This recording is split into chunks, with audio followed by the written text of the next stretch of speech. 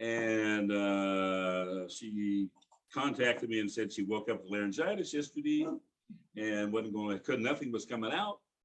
And, she let me know today, just in case. But so I sat down last night from about 10 till 2 and wrote out a talk today. So 2 in the morning. yeah, 2 in the morning. Yeah, it was 2 evening till 10 p.m. till 2 in the morning.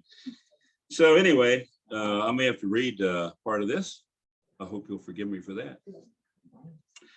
No? Brad said no? Okay, good. So the title for this week is, which they suggest, by the way, I didn't pick it, but they suggested. So I'll rest when I'm dead. One of my mottos. That, how many times have you heard someone say this, or how many times have you said this yourself? Says, I know when I was young and stupid instead of old and stupid, I've said it and practiced it and still do. When I was a kid, I didn't even take naps. I'll be up to 1 in the morning and no naps, and it was just crazy. So a quote from Ernest Holmes: life will become one great song when we realize that since God is for us, no one can be against us. We shall cease merely to exist, and we shall live. So when my first wife, I've had a couple of them actually. My first wife, I was young. We had a baby, and I was working all the time. I really thought that's how you're supposed to do it. I'm supposed to go to work, make a home for them, pay the bills, whatever. I was working a lot of times 7 days a week, sometimes 6, 10, 12 hours, sometimes 16 hours a day. I was working at an arsenal. Vietnam was going on strong, and so we were making shells for Nam, and that's what I was doing. Did that for a couple of years, really, at that rate. And consequently, what she wanted was more attention and me to be home. It didn't balance out too well, and that's the way it is. I mean, I really had no idea, that I was messing up, and I was, and I didn't really have any idea of what she wanted, particularly. And so, if you don't communicate, and so I'm working all the time, and that's what I figure out. I rest when I'm dead, and just keep up the hours and bring the money home. Right.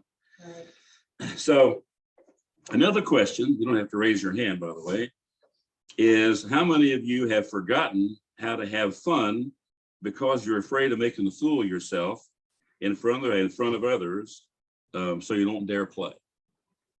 Probably a lot of us have done some of that. Not everybody, but a lot of us have done some of that. I used to be shy myself, so I know how that goes, still am sometimes. Or how many of you now, or when you were young, wouldn't get on the dance floor no matter how badly you wanted to dance until someone else got on the dance floor? Now that was a lot. I've seen that happen a lot of times. One over there, one over here. As soon as someone else got on, then you would get up and go dance, but you still felt like somebody was watching you. Just weird. Yeah, when I was in Atlanta, I lived in Atlanta a couple of years before I moved to Oklahoma, and I lived at a apartment complex that was almost like a resort. I mean, it had everything you'd want, from a big clubhouse with an inside with a bar or whatever, and an inside pool and an outside pool and basketball and tennis, and they had horses there, I think, and they had everything that you could want, as a amenity, which was nice. Okay, and so a lot of times we'd go, they'd have live music on the weekends. I mean, how many complexes do that? Not many, I'll tell you. And they look around and nobody wants to go on the dance floor. So I got on, as soon as we got up to go dance, other people joined us, and if you got a whole crowd, but somebody had to start it. And usually unfortunately for me, maybe I was one that did it. So, but we all do that. Now, How many spend so much time worrying about tomorrow or regretting what you did yesterday that you can't enjoy today? Now, there's a lot of us that do that. You know, thinking about yesterday, oh man, I should have done that, should have done this, or what's going to happen tomorrow. So right now, this moment is all you have, and yet you can't enjoy it because you spend all of your time worrying. And I know people that does that for sure. So what's the saying? Today is a gift from God. That's why they call it the present. And the problem is some never open the present because of fear and what it might bring. I hope I'm making myself clear. We all have done it. I know I have. Not as much lately. I realized a long time ago, worrying is a useless mind game. My ex was a worrier. And I used to tell her, you should not worry about something until it happens. And then it's too late to worry because it's time to think about a solution. So if you do that, you don't really worry much, you know? So, and another thing, if all you know is all you know, then you don't have a problem. I know this, that's all I know. Now, it's only when you learn there is something better and there may be a better way to do something, then you realize you have a problem. If you recognize you have a problem, the solution is close at hand and the problem is easily solved. So let's say your furnace goes out in the coldest day of the year. It happens, always on the coldest days. Now, you may have thought about it prior to it happening, but you really didn't worry and dwell on it happening. Once it happens, it's too late to worry about it happening. Now you have to think about a solution. So you can either fix it yourself if you're able, or you call a repairman to fix it.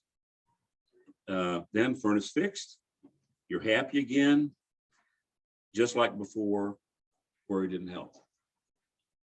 I've told people so many times, worry just doesn't help. I was raised by a mother, good German stock, did not worry about anything. Worked hard all of her life. Our house burned when I was 7, and they called her at work. I had a dad too, by the way, he was home, but mom was working. And they called her and said that your house is on fire. This is about 10 miles away. She said, is anybody hurt? And they said, no. And they said, would you like us to drive you home? She said, no. No problem, I'll get there, you know. And that's the way we were kind of raised. You know, I had one older sister that was kind of a warrior, but most of them just don't, you know, it doesn't help. So let's say you're back in college or maybe high school and you have a big test coming up. How many people have been through that? All of us. Now, if you're a kid, you cram for it the night before. No other way to do it. So you believe having fun is more important than studying. But the night before the test, you worry and wish you had studied earlier. You just know you were going to fail the test. The feeling consumes you. Then the test morning comes and you did okay. But what if you had studied a few minutes every day? You still had time to play and fill your life with lots of joy. And when test day came, you took the test and did great. You weren't stressed. But how many of us do that? So, and turns out life is good, you know? So when I was in Atlanta for a couple of years and worked in an insurance office, and I was a manager, one of the managers there. They sent me to manager's school after about a year. I was the only one there that had a full staff. I didn't have to hire anybody the whole year. They said, how did you do it? You know, how do you manage to keep the people there? But anyway, every day we went to class to learn how we're supposed to do the management stuff, that kind of stuff. And most of the guys, it seemed there was about 30 of us there. Most of them seemed like they'd only been to, 2 county fairs and 1 dogfight. And when they got out of their area from home, out running, they were out all evening doing whatever. Came in the next day dragging. I mean, it was bad for some of them. And I did go out one night with a couple of guys for fun. But the last day they gave us a test, and they told us, come back at 7, and you got a test. I said, okay. And so I went to my room instead of going out, and I read every question, all the material, and every correct answer. I didn't want to fool with the bad answers, every question and every right answer. So I went down, I took the test, and I was the first one done and left, and everybody else was struggling. And I went to the restaurant, whatever, they're in the hotel, and some of them joined us later, and they said, how'd you do? I said, I think I aced the test. They said, oh, yeah, right. Because I was the first one done. That couldn't be happening. And I think I missed 2. I missed 2 questions. And one other person passed it, and 28 didn't pass it because they played a little too much and didn't want to, they didn't want to come study, but you have to work it so you're not stressed and you're not worried about it. And that's what I did. That's the way life works.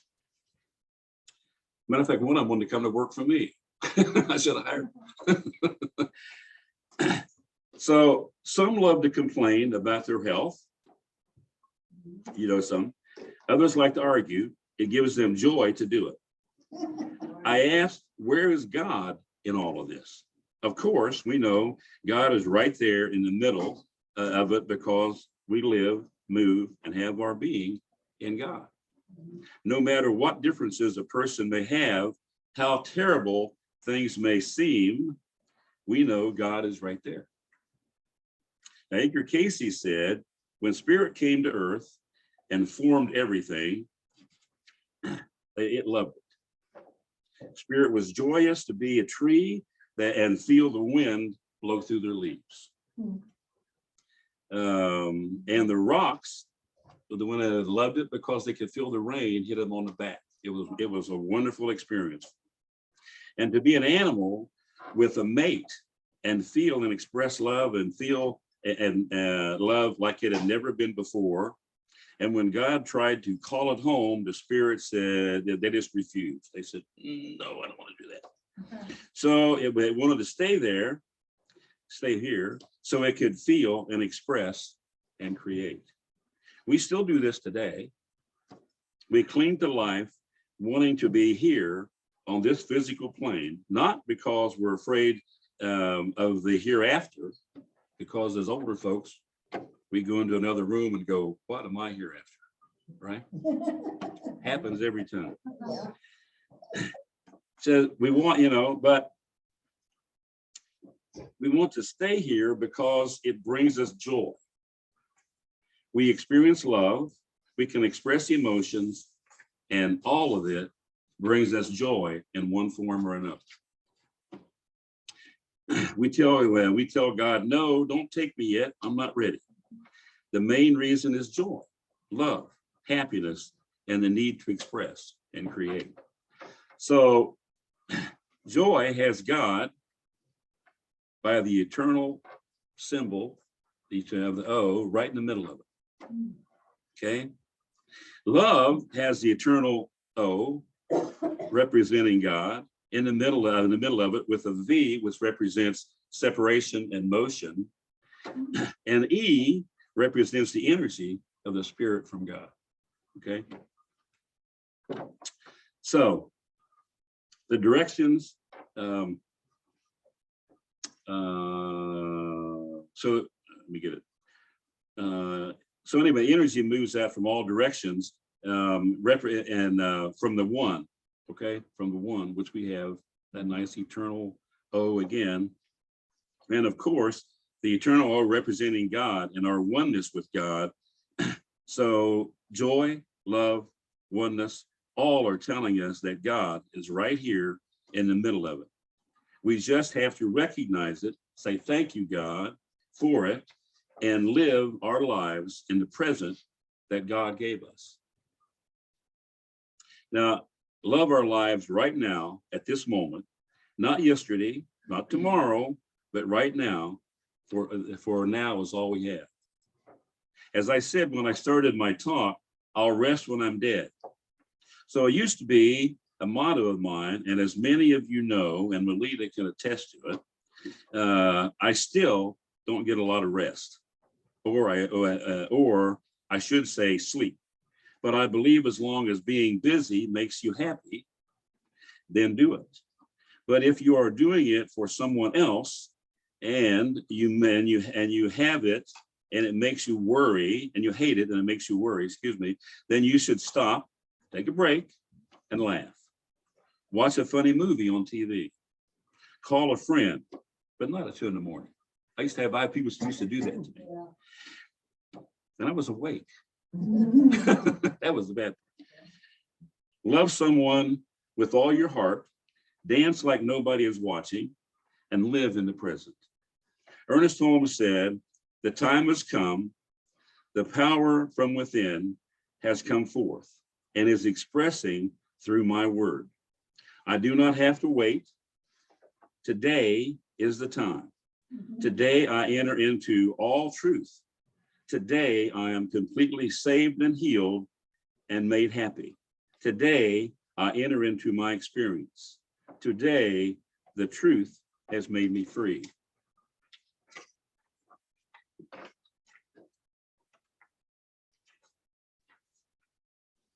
You know, when I was in Atlanta talking about what makes people happy, I had a friend of mine, and she and I went to Six Flags over Georgia. Six Flags is a huge amusement park, as all of you know. And so we went, and she couldn't do anything that went in circles, and I hate anything that goes up and down. I like my stomach right where it is. It's bigger than it needs to be, but right where it is, you know.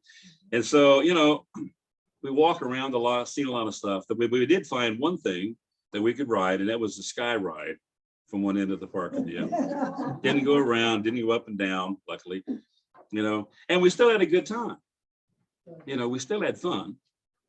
So you don't really have to necessarily feel the same way as someone else to be around and enjoy them or do the same things, you know, but you can do it. And if you're wanting to have fun and to play, and Melita's always after me about having more fun than we do because we're always so busy. I'm surprised I don't have bigger lumps on my head. But that's what you need to do. If you're going to have fun, go to the comedy store, go, you know, something, you know, just to get a good laugh. I've even heard of people that actually heal themselves just from watching funny movies and comedians that, telling jokes on TV. And, you know, and if that's a healer, by golly, I'm all for it. You know, I like a good joke from time to time. So I know it's probably early, but like I said, I didn't have a lot of time to go over this. And so we're going to maybe finish up early today, which is okay, I'm sure. And we still have discussion. I know, which is good. And the prayer ends up at the end, right? Not now.